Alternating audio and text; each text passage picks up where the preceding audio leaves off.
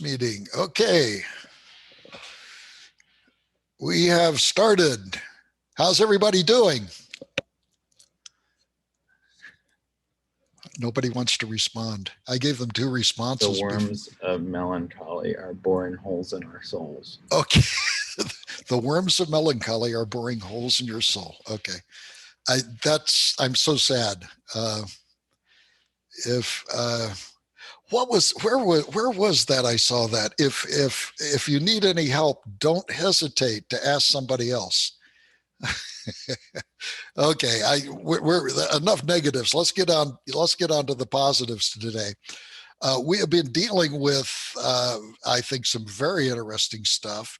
But before we proceed with that, let's go ahead and take a look at the homework and see what situation we have. Now, I don't think anything's been announced as of yet as to whether the semester is going to be lengthened or what's going to happen. So I'm going to go under. Go ahead. There was an announcement this morning, actually. They are canceling the wellness day that was supposed to be in a couple weeks, so that's adding a Tuesday. And then they're removing the study day from the end of the semester, which is a Thursday, but they are making it an instructional Monday. Hence the worms of melancholy. Okay, so what's the last day of class then? What's the new revised last day of class? I have to write this down. I'd have to pull up a calendar, but it's 1 day more.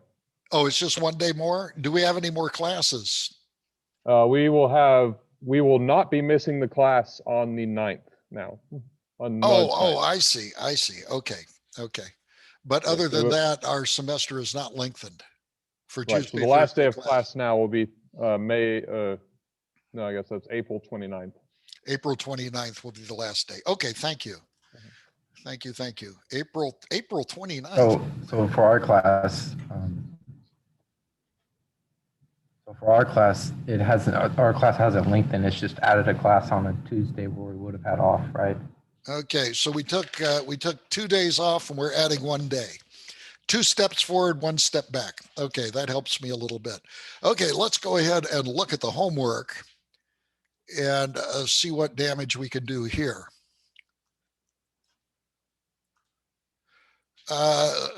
Again, I want to kind of go through these since our semester has been shortened by at least a day. And I think I actually worked this one last time. Is that correct?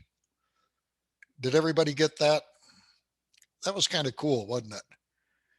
It's a very interesting thing, a way to think about transformations of random variables and literally using the cumulative distribution function as the nonlinearity.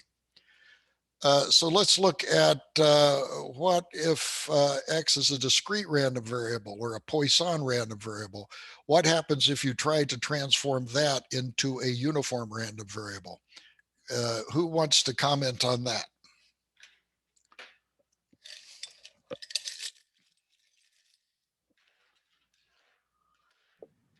I can. I think it works out the exact same way. It's just it's in a discretized form, and so your derivatives become deltas, and your parentheses where you're evaluating a function become square brackets. And it becomes square brackets. But what does it look like geometrically? If you were to draw a picture of it. Is it just a bunch of like discrete delta functions with the value of 1? The value is not always 1. Well, it's uniform to like depending on how long it is. Yes, but the length. So the interesting thing is that the transformation. Let me. Has anybody drawn a picture of this at all? Okay, Theo, why don't you go ahead and share your screen here? Let me give permission. Okay, and show what the picture you've drawn in is.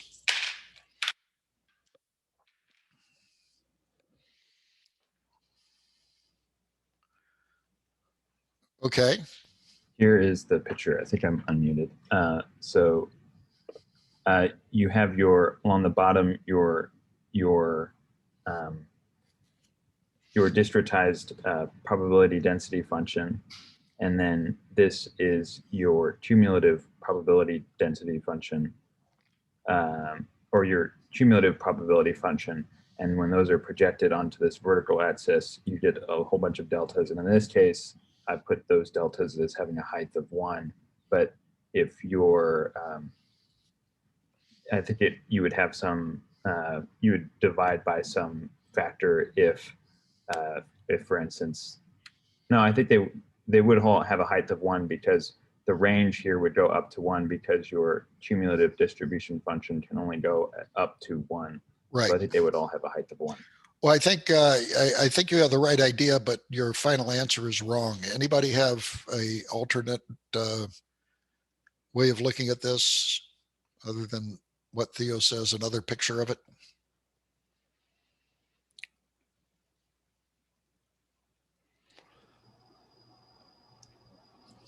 I did a similar approach, but I kept the magnitudes of the original Yes, PDF. that's what was missing. And plus, there's no longer uniform spacing. Do you have a Right. picture of that you could share? Yes.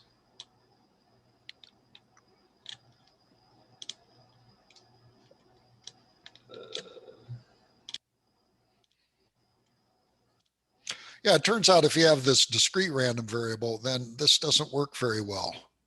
Yeah, there you go. Okay. So what happens here is that Matthew has gotten a very nice. Can you see my cursor at all? No. Okay. Anyway, point to the original distribution. That's the f of x there. Very nice. And right above it is the cumulative distribution function.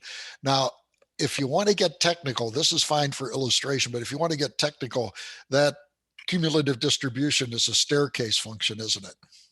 Right?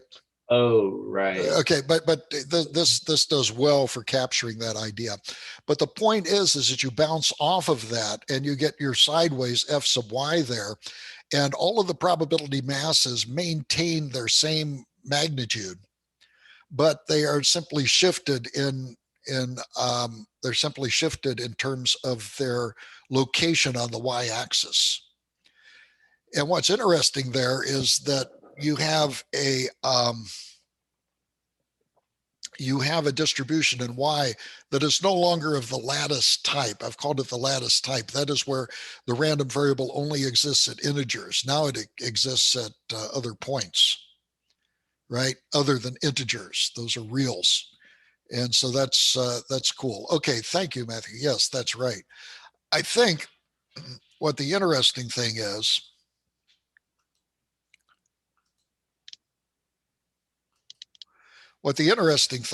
is that if you have, I find this interesting, you get weird results.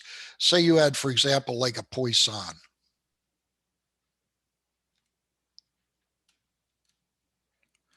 Now the Poisson, as you know, goes on forever and ever, right? So it goes out here to 532. Right? It's going to be a very small number out there, but nevertheless, it does go on forever, correct? And so this is our distribution function for x. I love the whiteboard because it allows me to change colors frequently. So here we have the distribution function, and the distribution function is going to be piecewise continuous or piecewise constant. And so the first value is going to be this, and then it's going to jump up to this, and then it's going to jump up to this. It's strictly increasing, but as we get further and further out, the jumps are going to be smaller and smaller, aren't they? Right? For the Poisson, and they eventually asymptotically approach 1.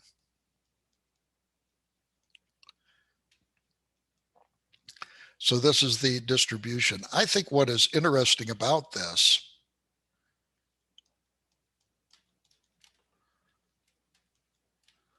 is our g of x. We can also call it our g of x, if you will. What is interesting about this is if we plot this sideways, and I don't know about you guys, but I'm very big into visualizing things with pictures.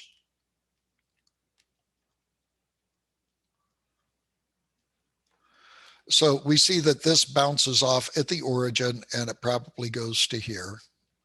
Let me change the color. And this one bounces off and goes to here. It's a little bit bigger. The other one bounces off and goes to here. And then they all begin to bounce off. But notice they all have to be here at 1, right? They have to stop at 1. There's no value in here after 1. So what happens is these delta functions get closer and closer together. And it's just very weird. I think it's very weird. And that's this last little epsilon neighborhood here around 1. You literally have an infinite number of delta functions all crammed together. They're itty bitty delta functions, but they're all crammed together. Isn't that interesting? So I don't know if you take calculus. So, yeah, go ahead. Somebody was going to say something. yeah, so then like at a certain point, would the function become like continuous, I guess? Like as it approaches the end, it becomes continuous? No, it doesn't become continuous. You can always place a magnifying glass on here. You can always place a magnifying glass on here. Here's my magnifying glass.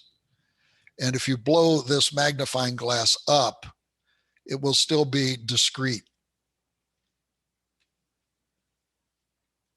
And it will still get to 1, and it will go like this, right? But then you put a magnifying glass on this magnifying glass. In other words, you magnify it twice, and you will still get this discrete sort of thing. So no, they become infinitely close, but not infinitely close to be a continuous function. This gets into stuff of probably measure theory and things of that sort, but it's one of these weird functions that you don't like to deal with because it has an infinite number of Dirac deltas in a very, very small interval.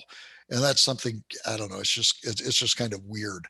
But the point is this transformation to a uniform random variable does not work if indeed you have a discrete random variable. So you can't generate that uniform random variable without the discrete random variable. And don't forget, the general rule is that if you have a discrete random variable, no matter what it is, and you have a corresponding nonlinearity here,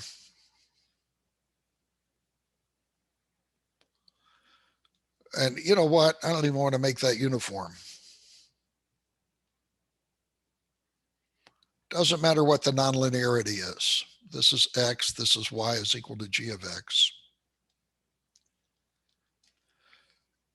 And we have here the f sub x of x, right? Mama taught me always to label my axes, so that's what we're doing. And then we have over here our corresponding f sub y of x. Or f sub y of y, I should say. In each case, this delta function bounces off the nonlinearity and appears here.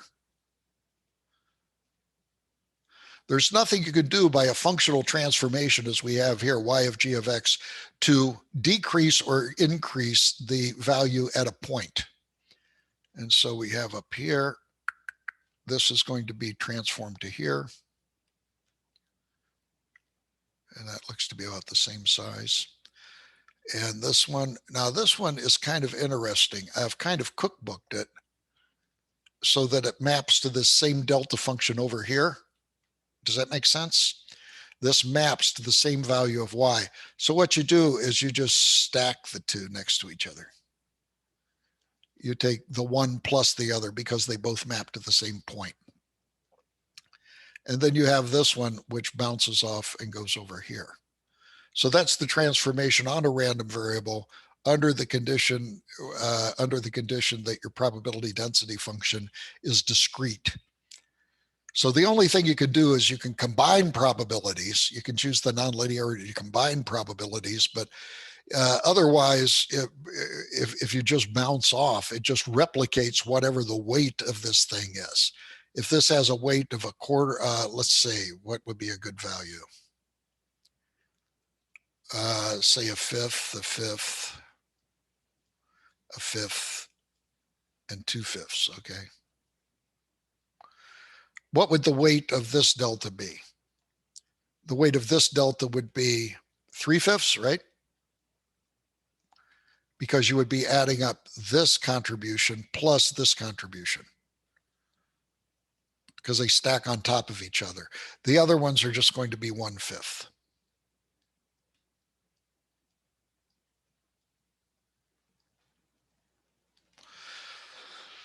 So that's the summary of the transformation on the random variable, and we've applied it to the case. We've applied it to the case where the mapping is supposedly to a uniform distribution. Hey, it doesn't work for a uniform distribution. That's what we've shown. It does not work for a uniform distribution, but it does for a continuous one. Okay. Let's go ahead and share this again. So this was the answer to this one. And if you don't have that right, go ahead and change your homework and hand it in.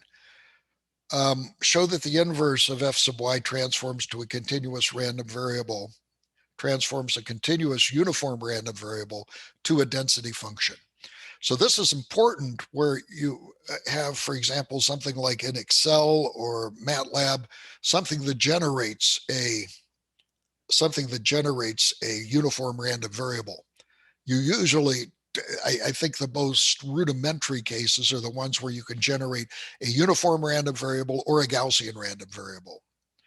And suppose you only can generate a uniform random variable, but you want something like an exponential random variable, or you want a gamma random variable or something like that. How do you take that RAND, that random number, and transform it? In other words, you're going to have x is equal to rand. I wonder if this does this.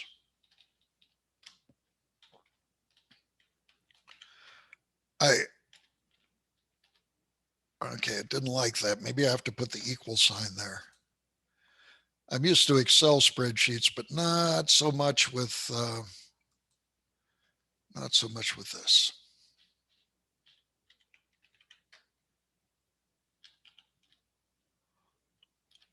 Ah, there we go. That is a uniform random variable.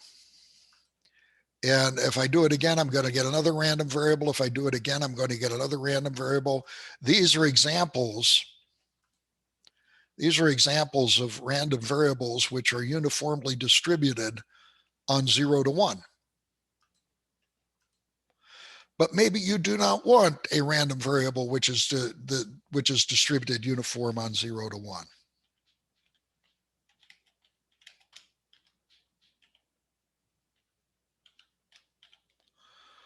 Maybe we would like a random variable which was an exponential.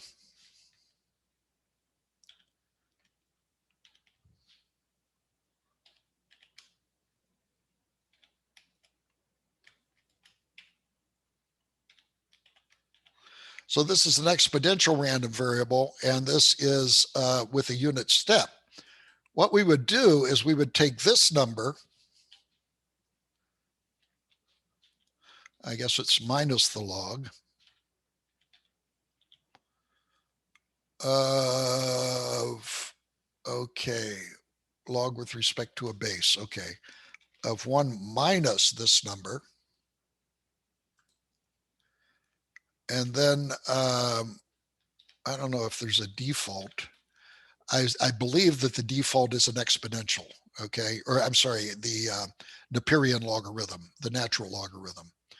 you can see here that what happens is if this is a random variable x, which is uniform, this is going to be a random variable y, which is exponentially distributed. Okay? And so this is how we transform a uniform random variable into a random variable which is exponentially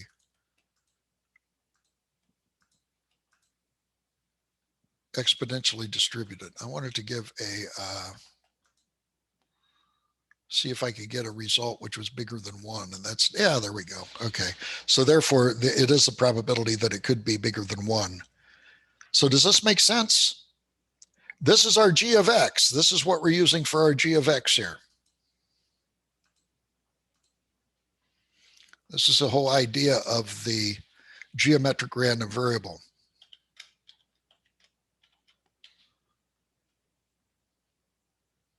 Oops.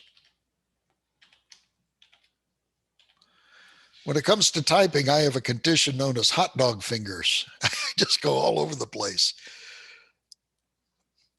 Now, if you generated a bunch of these uniform random variables and you did a histogram of them, what would that histogram look like?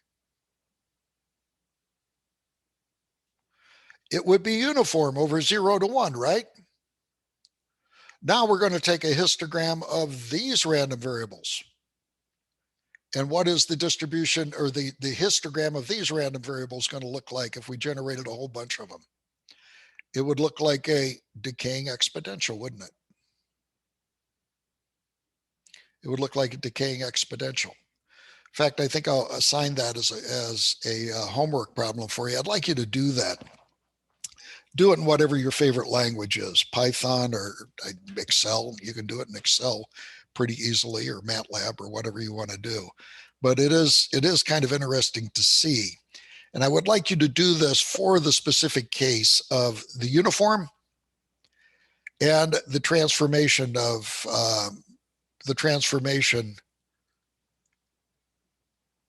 oh my gosh, I have this wrong. Okay.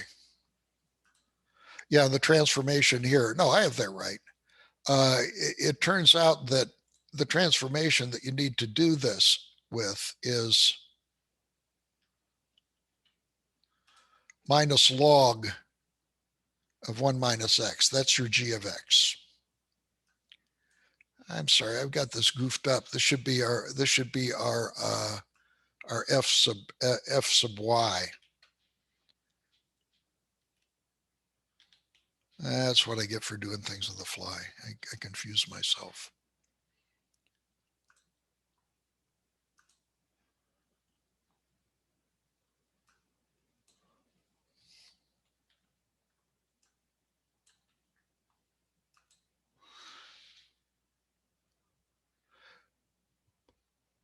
So here's the point. I have this uniform and I want this distribution here.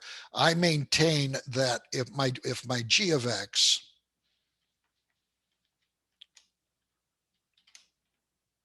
is equal to the minus the log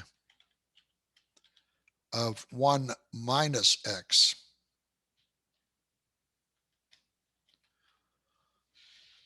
if I choose this, I'm going to get my appropriate, if I use this as transforming from here to here, I'm going to get a distribution which is an exponential. So let me go over that again. This is a uniform random variable on 0 to 1. I subject it to this nonlinearity and I get a new number. If I did a whole bunch of these numbers and plotted them on a histogram, I would get something uniform on 0, 1. If I took a bunch of these numbers and I plotted them on a histogram, I would get a decayed exponential. So the question is, in general, then, if you have an arbitrary 0 to 1 and you want to transform to a given probability density function, this probability density function could be a gamma function, it could be a all of the y-bowl, it could be any of the other in any of the other random variables that we talk about. And your job is to transform to uniform to some other distribution. What nonlinearity do you use? The nonlinearity you use is g of x. And what I'm asking you to do here is to, in this problem, is to show that the inverse of f transforms a continuous uniform random variable into f sub x of into f sub x random variable.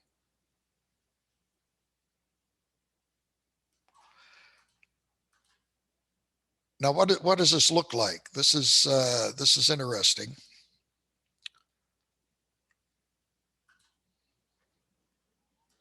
I'm spending more time on this than I wanted to, but that's okay.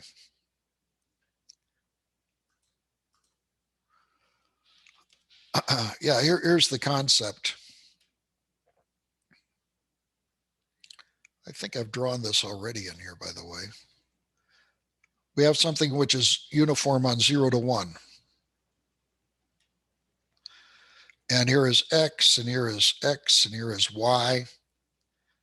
And the inverse distribution is going to be a function that looks like this. F sub x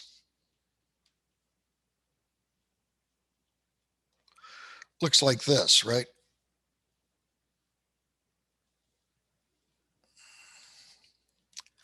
Remember we did the function and we did the flip around? The inverse function, if this is y, the inverse function, if we put x here, which is equal to the inverse of y,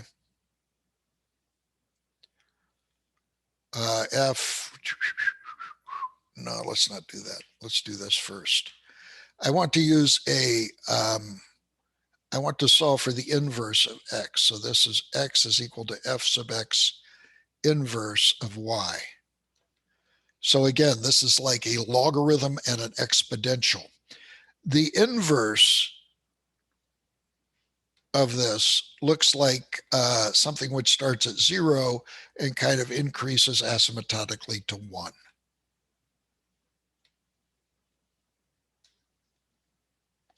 And can you see that this curve is kind of a flipped around version of this curve, right? It's just like if you want to take a e to the x. What's the inverse of e to the x? The inverse of e to the x is the logarithm of x, right? That's the inverse. Notice that e to the x flipped around is the logarithm. That those are two of the same curves, except they're flipped and flipped. One is the inverse of the other one. So the point here that we want to make is that if we have something which is uniform between 0 and 1, you notice that the nonlinearity is restricted to be between 0 and 1. And I've kind of taken this result and kind of duplicated it over here. So just ignore all of this stuff. But the idea is that when you do that, you were going to get a distribution here, which is f sub x of x. And that's what I'm asking you to show in that problem. Is that okay? So the question is, did anybody get that?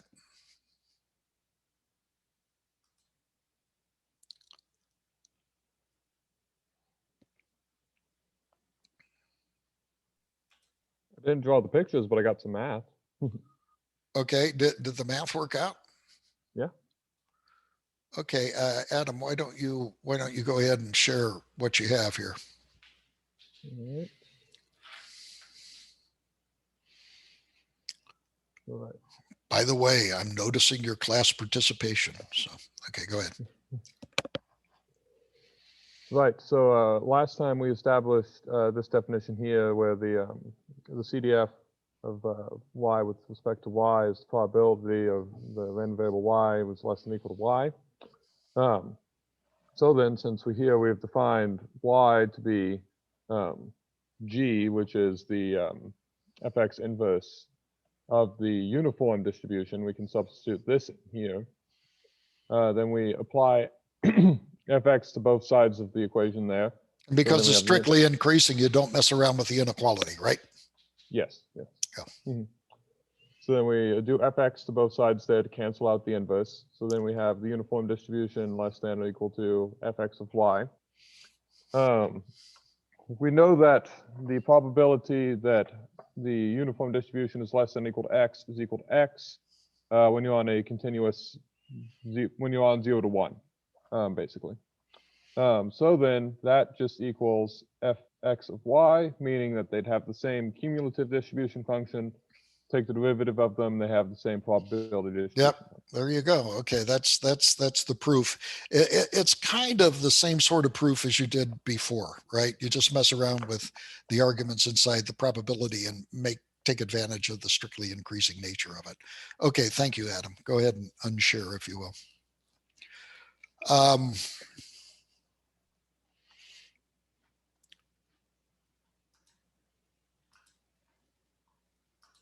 Okay. So what happens if x is a discrete random variable?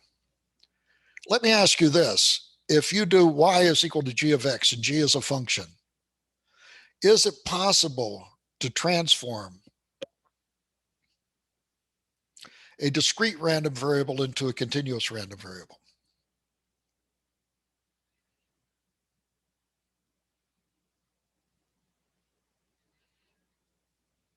Okay, well, those that are shaking their head, why not? What's your intuition telling you? Kind of like in the last problem, we saw that you're always going to have all the deltas there. They're not ever going to make a line. That's right. Yeah, you have a discrete number of points, so you can never obtain more points than you currently have to get continuous. You got it. Excellent. Okay, let's look at the opposite. Can you take a continuous random variable and make it into a discrete random variable?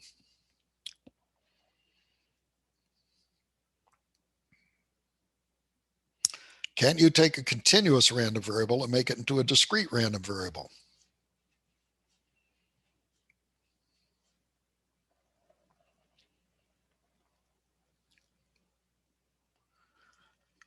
By the way, you do this all the time, every time you round a number.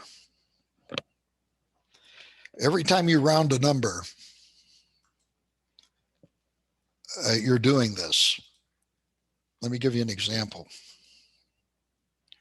Well, I shared the wrong thing. I was trying to click and talk at the same time, and I don't do very well, apparently.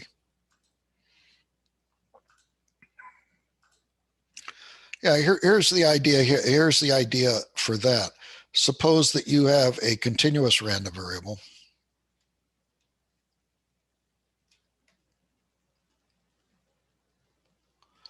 And you have a corresponding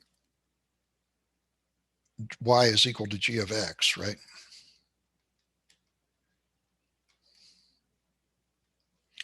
And over here you have your distribution for y as a function of y. It turns out that any time that you have a stair-step nonlinearity like this, let's try this, for example, just intuitively. I really like the intuition here.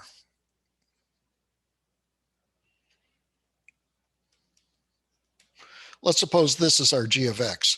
What is this going to do? That's going to take all the probability mass down here, let's call it A, and it's going to map it to a Dirac delta over here at this location, which has an area of A. So this is an example of a continuous random variable getting a discrete random variable. So here we're going to have all of the probability mass for here. Say this has an area of B. I should have done it as a separate color, but didn't think that far ahead, as B. And so all of this probability mass is going to be transformed here.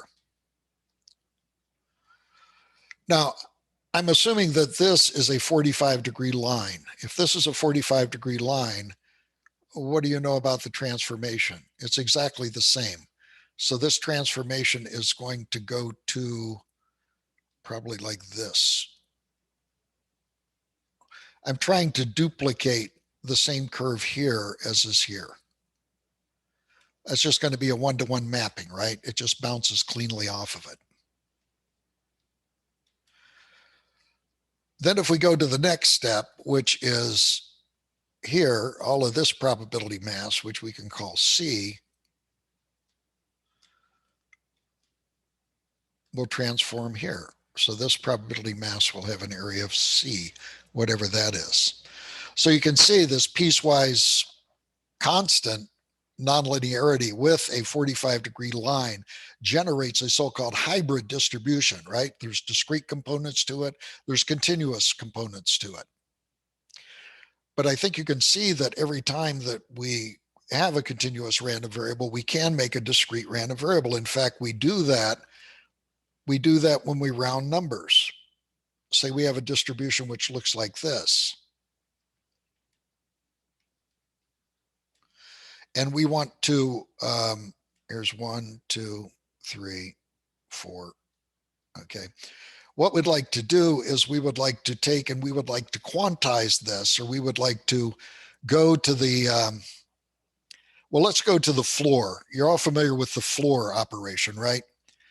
The floor operation is the greatest integer less than whatever number you have.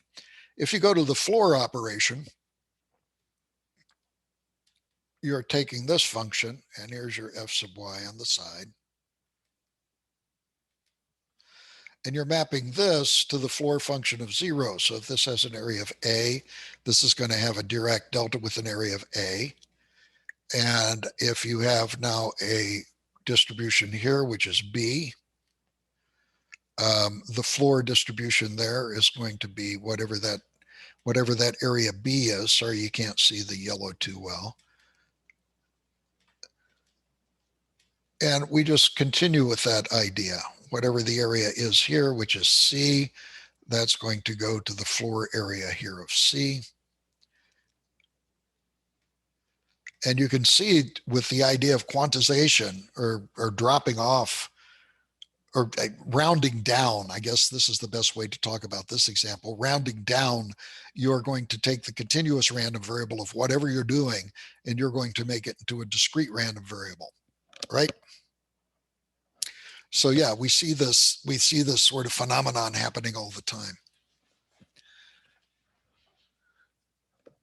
Okay, any questions on that?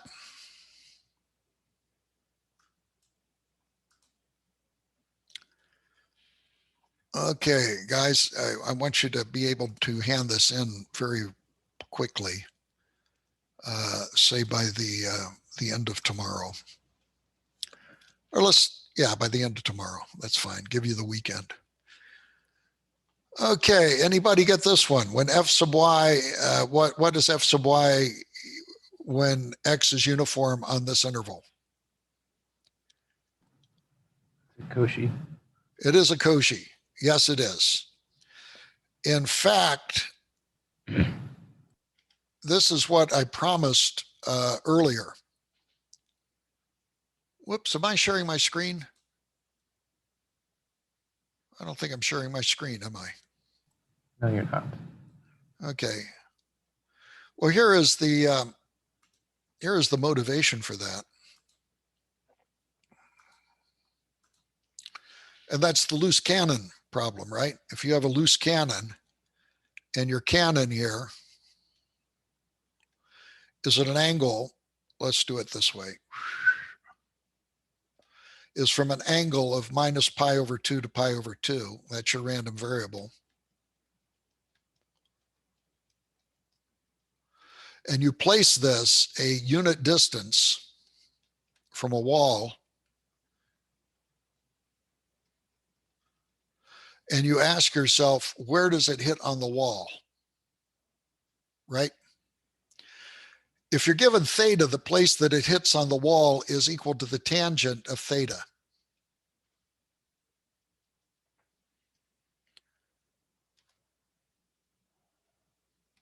Do you agree with that? It's equal to the tangent of theta. And it turns out that this problem shows that the distribution, if this is uniform between minus pi over 2 and pi over 2, then the distribution of the loose cannon problem is a Cauchy. And so that's, I don't know, I find that kind of interesting that the Cauchy is a weird animal, yet it still exists. It still exists in, it still exists in, I don't know, very easily understood and stated problems. Okay, I'm not going to cover these because I hope you got them. Anybody get the y is equal to x squared? Did that look like a familiar distribution to you? It's the chi-squared. It is a chi-squared with how many degrees of freedom? 1, right? 1, I think, yeah. Yeah, yeah. And a chi-squared, by the way, is a special case of a gamma function. Chi-squared is a special case of a gamma function. And this one is the inverse of this one. Find g sub x to transform a centered Cauchy to a uniform. So if up here the function was the tangent, down here it's going to be the inverse tangent. And so that's the result that we have. Okay, well, good. That's the homework. Let's get that finished up and handed in. Is there any final questions or comments that you have concerning the homework, which will be due tomorrow at the end of business hours or midnight?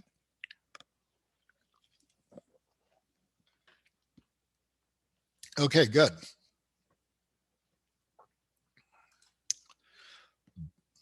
Well, let me go ahead then and continue with the lecture that we were talking about yesterday.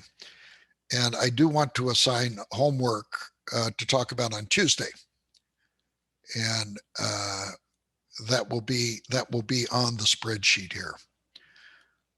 As we were talking, yes. So is that going to be due on Tuesday, or are we just going to like have questions? No, questions on Tuesday. I'm sorry, questions next class period, and then we'll have it due on the Thursday following. Okay. Okay. So I think that there's some problems sometimes with transformation on random variables. It's kind of weird to think about functions and their inverse and everything. So, but that's the way it is. Okay, close. We were talking about the characteristic function last time and different variations of the characteristic function. And we were saying also that there's Laplace transforms and Z transforms of the random variable, but I really like the characteristic function because it handles the hybrid cases. It handles the discrete and the continuous. And we derived this last time, if I remember, this was the Poisson random variable. And we derived this, and I said I really like it because it has an e to the x to the, or e to the e to the x sort of formula in there. Is the only place I know that this kind of occurs naturally in mathematics. E to the e, that's really cool. Here's the uniform. This is the Gaussian. We talked about the Gaussian. We talked about the exponential. Hopefully that would be an easy one for you to derive. And we're talking about the characteristic function here. And the Laplace, it does turn out it's easy to show that e to the, let's see, how do I want to say this? No, this is fine. This is fine. Well, I think what I wanted to say, shoot, discard.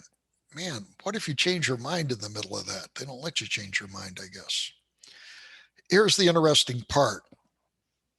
That we have shown that this Fourier transforms,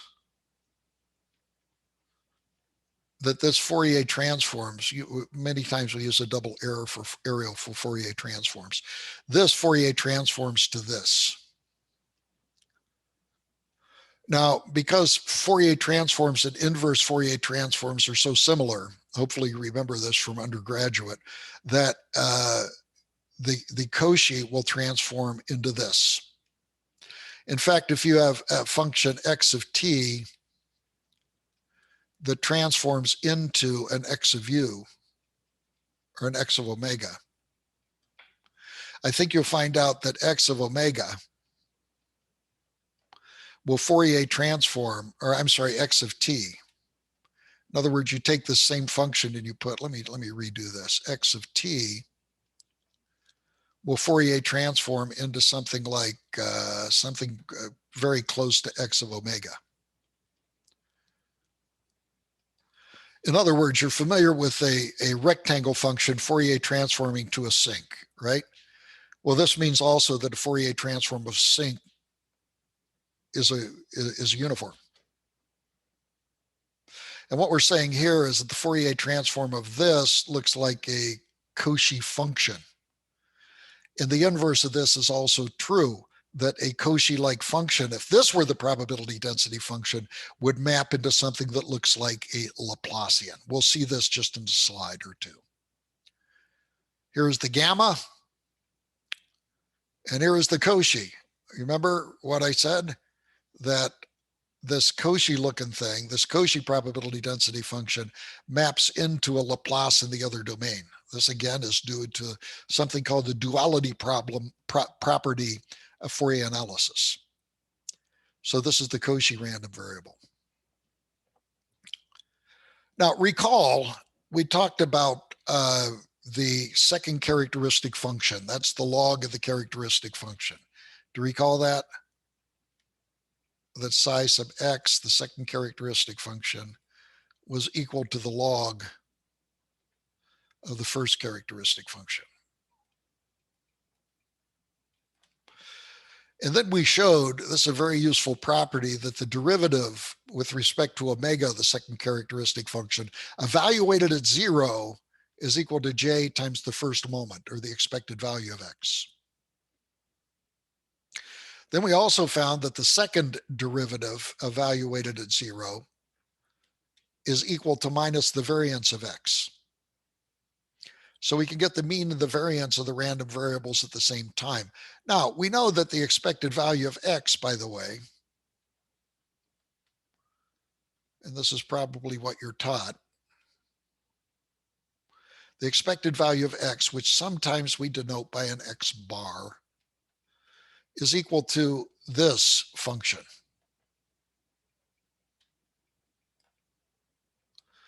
And as we talked about a long time ago, that if we had a function like f sub x of x,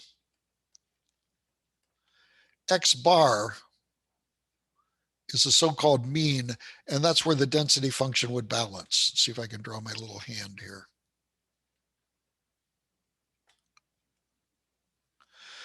X bar is where that would balance, and that's different than the median. It's different than the mode. Sometimes they're all the same, often they're not.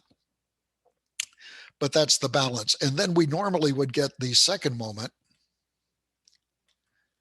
as the expected value of x squared is equal to this.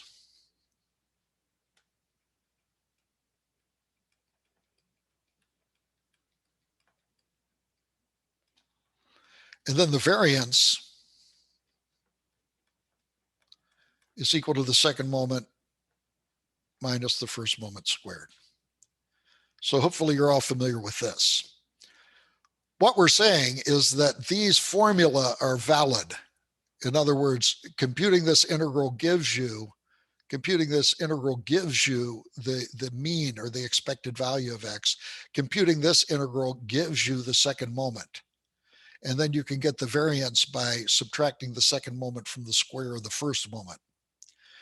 We're also saying an alternate technique, which gives you exactly the same answer, is to differentiate the characteristic function. That'll give you the expected value of x. That's the same exact value that you would get over here, same exact value. And over here, if we take the second derivative, we get minus the variance of x, which is the same result that you get over here. So these are two different ways to compute the mean and the variance of a random variable. And they both give exactly the same results. I expect that in your previous work in probability, you probably use the integrals in order to compute the mean and the variance. But now we're going to concentrate on use of the second moment in doing that. I'm sorry, we're going to concentrate on use of not the second moment, but the second characteristic function in order to do that. So let's go through a few of these. Here, for example, is the binomial. This is a characteristic function that we already derived. Now, by the way, I'm going to put up a lot of equations here. Try not to let the equations fluster you. I'm going to point them out one at a time and hopefully tease apart all of the busyness which is happening here. Here, if you recall, is the binomial random variable. The binomial random variable. And we showed that the characteristic function of this binomial random variable was equal to this. Now, if this is the characteristic function, what does the second characteristic function look like? It looks like the logarithm of this, correct? Now, in order to find the mean and the variance, we're going to take the first derivative of this. The first derivative of phi sub x is given by this expression. And hopefully you remember how to differentiate a logarithm. It's like it's 1 over the argument, and on the top is the derivative of the argument. So it's equal to this. Now, what we said is that if you evaluate this at omega is equal to 0, you get j times the expected value of x. So let's look at this thing at j is equal to 0. If j is equal to 0, this goes away and this goes away, and we're left with jnp, aren't we? Because if this goes away, the whole denominator just becomes a big 1. And we're left with jnp. So this is j times the expected value of x. So the expected value x is np. This is a result I'm hoping that you've seen before in probability class for the binomial, that the mean of the binomial is indeed n times p. If we take the second derivative of the characteristic function, we get this. Here we have to apply the quotient law. And then this evaluated at 0, I'm sorry, omega is equal to 0 gives you the second moment. And let's see what happens. If that goes away, this e to the j omega goes to 1, and this whole thing drops out to be, what, 1? That whole thing becomes 1.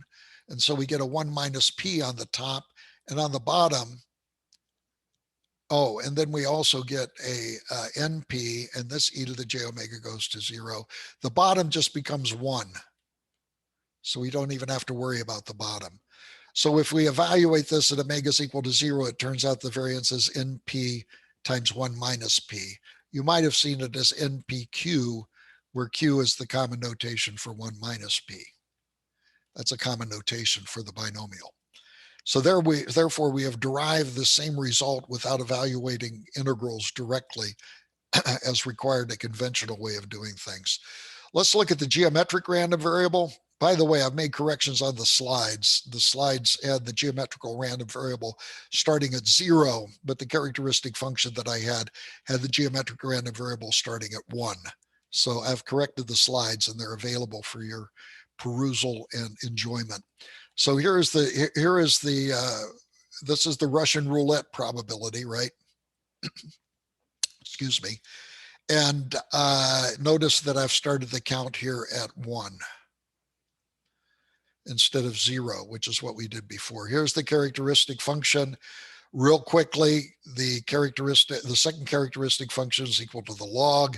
If we differentiate the log and evaluate it at omega is equal to 0, we get j times x. So it turns out that the mean of the geometric random variable is 1 over p. And if we differentiate again and evaluate it at 0, we find out this is the variance of the geometric random variable, which is 1 minus p over p squared. Okay. So I'm skipping through the dirty math here.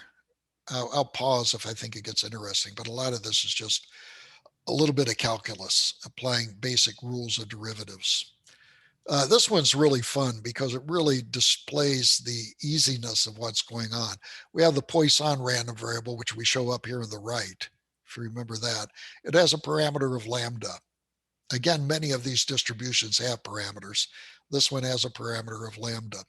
So this is the characteristic function that we derived. Again, I like this because it's e to the x sort of thing.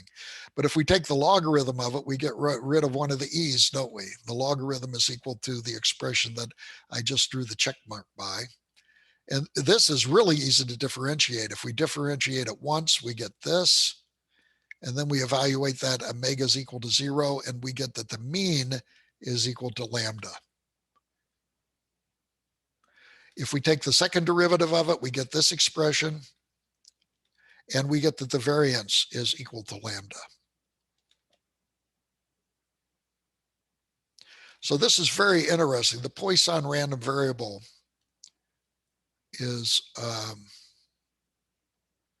very interesting. I want to ask you a question, though. Remember if we had a distribution,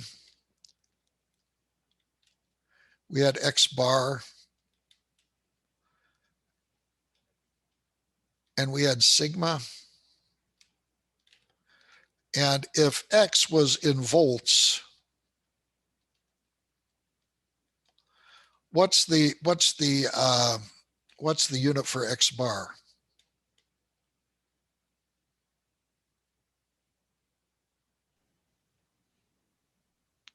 It's volts. Will be volts. Yeah, volts. And what's the unit for sigma, which is the standard deviation? It's also volts, right?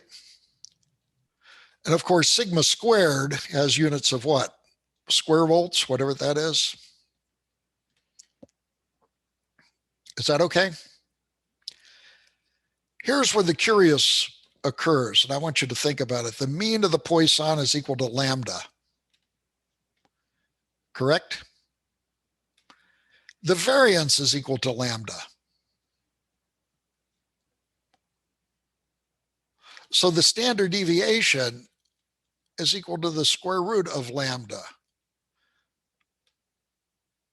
So we don't have this dichotomy. The standard deviation does not have the same units as the mean. Do you see my puzzlement here? The standard deviation does not have the same units as the mean. Can anybody offer a solution to this?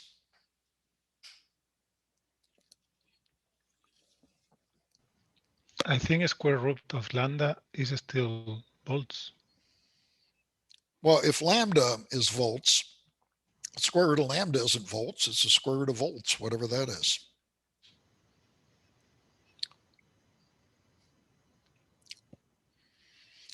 Do you see my paradox here?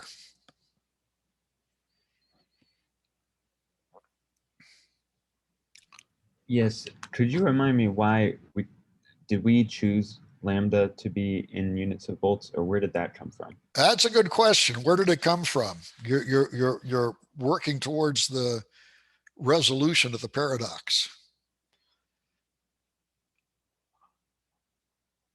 Let's look at the original density function on the upper right corner. What are the units of lambda?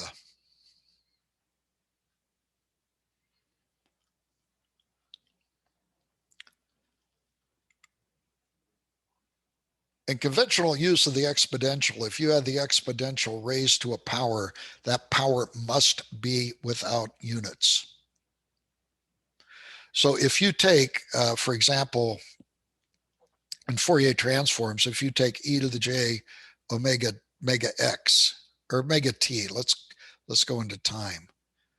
If this thing has units of time, this must have units of 1 over time in order to make the entire argument for the exponent dimensionless, right? Because what is e to the 2 volts? I don't know what e to the 2 volts is. You can't evaluate it. You can't evaluate e to the 2 power. But e to the 2 volts, I don't know. Now in control theory, by the way, they raise e to matrix powers, and there's a little bit of variation here. But for what we're doing, it turns out that if you raise e or anything to some power, that power better be without units. So lambda is without units here. Lambda doesn't have any units. So talking about the units of lambda here is without meaning because it is without units. You can't call it volts or anything else. Good eyeball, Theo. Let's do the Cauchy. Now the Cauchy is really interesting in the frequency domain, in the characteristic function domain. What is the second characteristic function of omega, of the Cauchy? it's equal to minus gamma times omega, correct?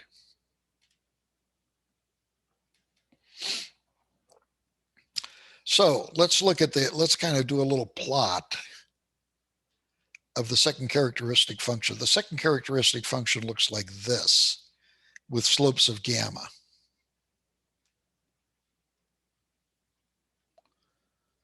Is that right? You remember what we found out about the mean or the first moment to the Cauchy? It was kind of an infinity minus infinity thing, and it really wasn't very good. It just gave us pause. If we take the derivative of this in order to get the mean, remember you take the first derivative of the characteristic function to get the mean, you're going to get something which looks like this, right?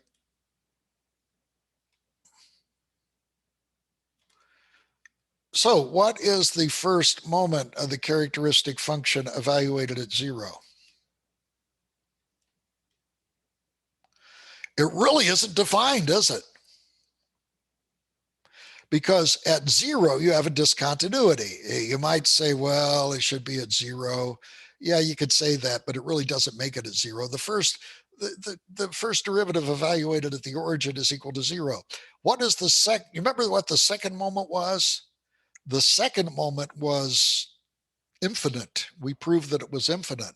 Let's see what happens with the second characteristic function. We take two derivatives, and what we get is 0 out here. We get 0 out here, and here we get a delta function. Remember, the derivative of a step is a delta function. So what is the variance according to the second characteristic function? Remember, that's equal to minus the variance. By the way, my delta function is upside down, isn't it? In other words, the slope here, no, the slope here is positive. I guess that's okay. Okay, anyway, minus the variance of x. What is the variance of x here? The variance of x is this delta function evaluated at the origin. Remember, a delta function is 0 width, infinite height, and has an area of 1, correct? 0 width, infinite height. Oh my gosh. So if it's an infinite height, then that means that the variance of the origin is equal to infinity. So we have this weird thing happening, and when we saw weirdness with the integration, we're seeing this same weirdness. We're seeing the same weirdness in the frequency domain. We get consistency with the weirdness. There's no way to get around this this problem. Any questions on that? I think that that's really interesting. That you can see them. Go ahead. Should the first moment there, should that be flipped? Should it be -1 when omega is positive? Yeah, you're right. You're right. Okay. It should be what now? When omega is positive, it should be negative, and vice versa. Here in this part? Yeah, because if it's negative gamma magnitude of. You're right. You're right. Okay, so this is minus gamma. Okay, here I can fix it really quick.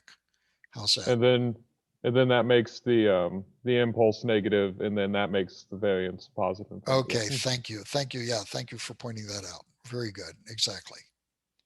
Exactly. The way it should be is that the not linearity should be this way, right? For the psi of omega. And then the psi prime of omega, as Adam pointed out,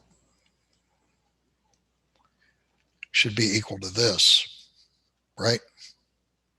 But again, we have the same problem of choosing the value at the origin.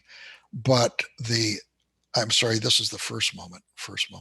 The second moment is going to be a delta function going down this way, right? Yeah, so Adam is right. It should have been this way. So I got things screwed up with the minus sign.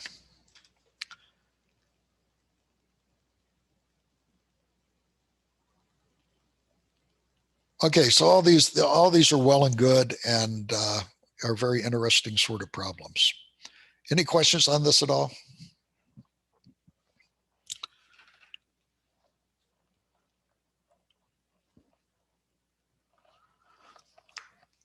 Okay. We are talking in general about functions of random variables, So let's kind of figure out what we've done. We've done like mean and variance. That's a function of a random variable. We've done transformations on random variables. Okay, that's a function of a random variable. We talked about the characteristic function, which is a function on a random variable. And the last thing we're going to talk about is something called tail inequalities. Tail inequalities. These tail inequalities are really fundamental in probability, and we'll see if you like them or not. The first tail inequality is, whoops, I got to stop sharing, and I shared the wrong thing. No, I didn't. I shared the right thing. The first tail inequality was Markov. How many have heard of Markov? If you heard of Markov processes, Markov chains, things of that. Markov was a great Russian mathematician, and he was born in 1856 and died in 22. Now, there was another great mathematician, which you've heard of, which is Chebyshev. You might have heard of Chebyshev's inequality, Chebyshev's polynomials. I don't know, any other eponyms? I think that's what they call when you are named after something, they call it an eponym. Those are the things that I know. Oh, there's Chebyshev. I guess Chebyshev polynomials are the main thing. Chebyshev and the Chebyshev inequality is probably used a lot. But he was also a Russian.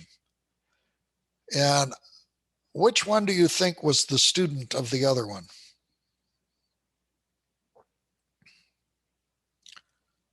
Which one looks Chebyshev would older? have been older.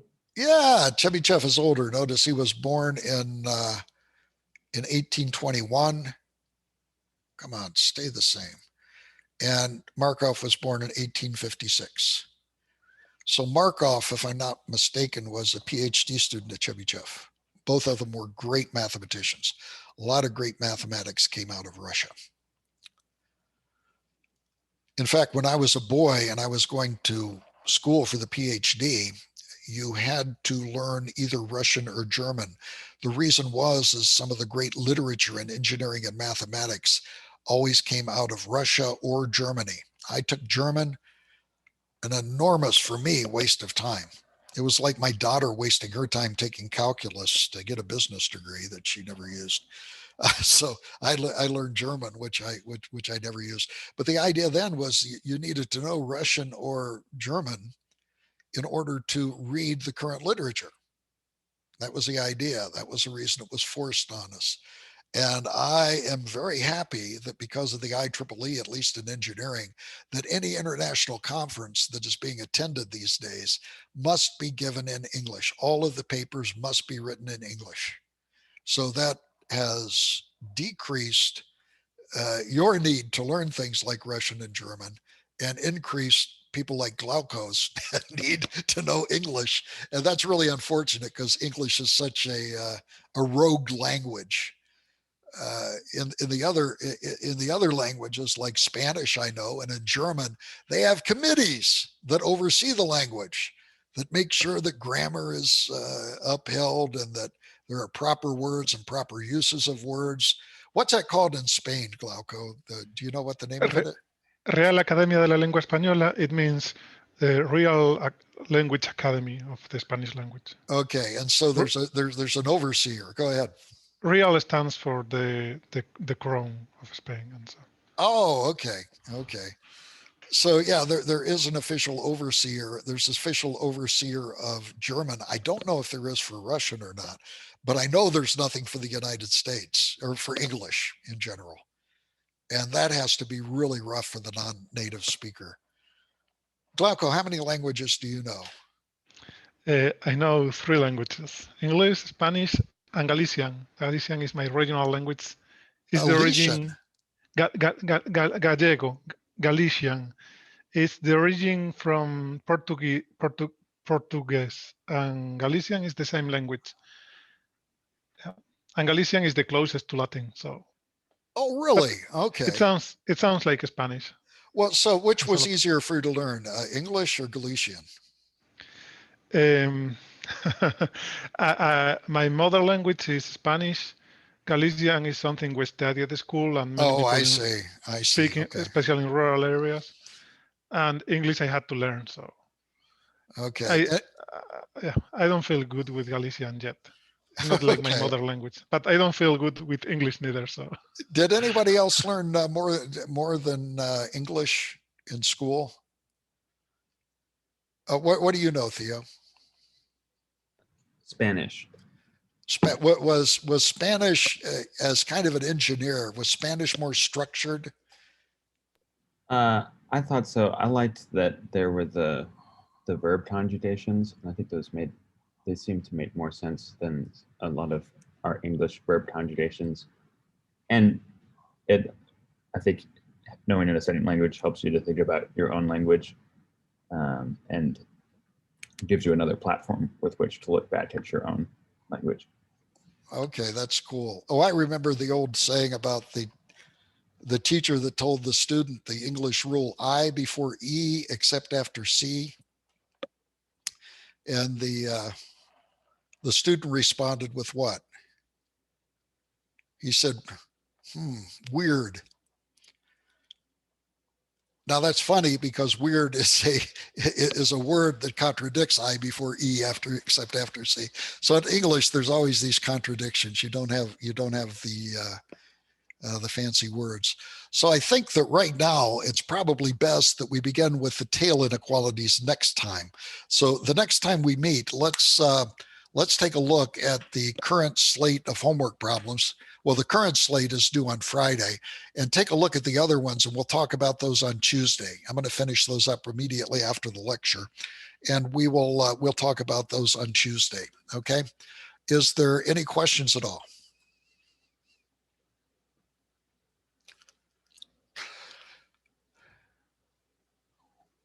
Okie doke. Are midterms coming up?